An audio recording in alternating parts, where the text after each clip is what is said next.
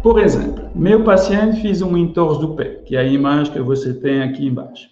A partir daí, essa disfunção em valgo-supinação, valgo-pronação, vai provocar um desequilíbrio da bacia. Esse desequilíbrio da bacia é provocado por trilos miofaciais.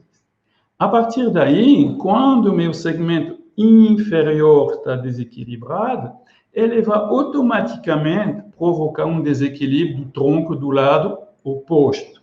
E para isso que nós chamamos que as cinturas vão se cruzar. A partir do momento que o meu paciente se apresenta nessa postura no meu consultório, eu já sei que se ele tem uma disfunção ATM, que se ele tem uma disfunção craniana, que se ele sofre de lombalgia, todos esses sintomas são associados a uma cadeia ascendente. Eu preciso tratar meu paciente de baixo para cima, independentemente de que o sintoma, de que é a dor desse paciente. Por exemplo, nós temos aqui um paciente que vem nos consultar para lombalgia. De onde vem a lombalgia desse paciente? Observamos então nosso paciente. Observamos que a anca esquerda é mais baixa que a anca direita.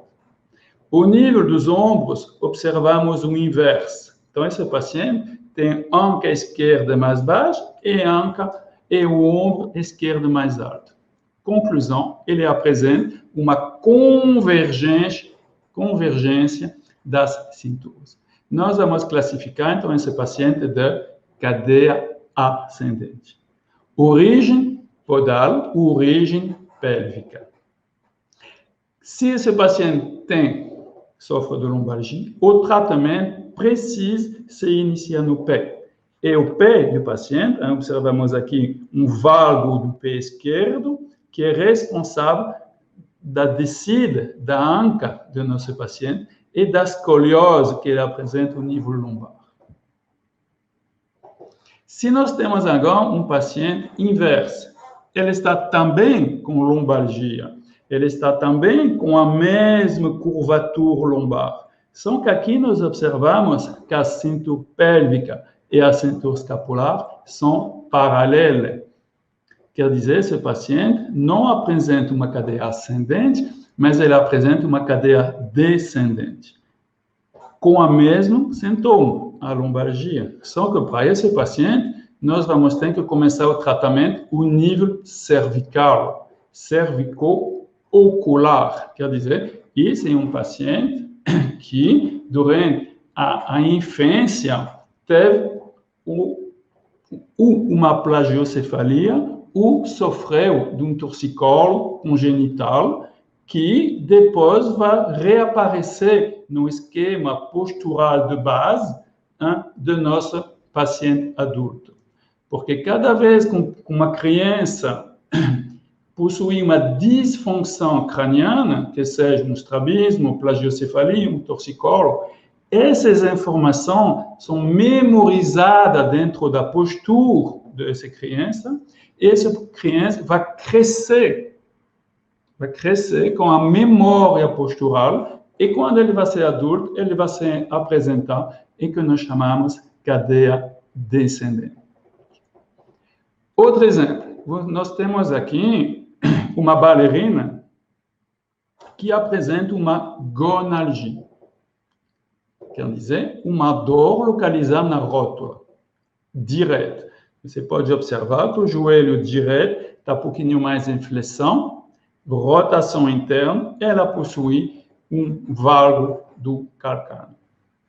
Essa menina fez 4 meses de fisioterapia sem nenhum resultado. Vocês entenderam bem? 4 meses de fisioterapia sem resultado. O médico decidiu, então, de fazer cirurgia. Só que antes, ela vem para nosso consultório e realizamos uma avaliação. E que observamos o nível da postura desse paciente é que ela apresenta uma cadeia descendente. Quer dizer, disfunção que inicia na zona crânio-cervical. Uma avaliação mais detalhada nos mostrar que esse paciente tem uma disfunção ocular. Quer dizer que ela apresenta uma restrição da biomecânica ocular de convergência. Ela apresenta, então, uma contratura do reto lateral do olho direito, okay? Que vai se associar com a musculatura occipital, que vai criar, então, o que nós chamamos um occipital posterior, fixado pelo reto anterior, que são dois músculos que trabalham juntos. Por exemplo, se eu quero olhar para a direita, meu olho direito vai ir para a lateral e vai levar meu occipital para a posterior. Esse movimento é criado pelo reto anterior do occipital. Quer dizer, o reto anterior e o reto lateral funcionam em sincronia, em associação. É isso que nós observamos aqui nesse paciente, que então vai apresentar uma trilha miofacial de toda a musculatura anterior, que vai levar então o ombro baixo pelo peitoral, uma bacia mais baixa pelo psoas e um valgo do calcâneo pelo tibial anterior. Como tratamos então a gonalgia desse bailarino? Tratando então o sistema ocular e o sistema occipital. Realizamos 2 sessões e depois, na terceira, ela se apresentou na clínica sem dor.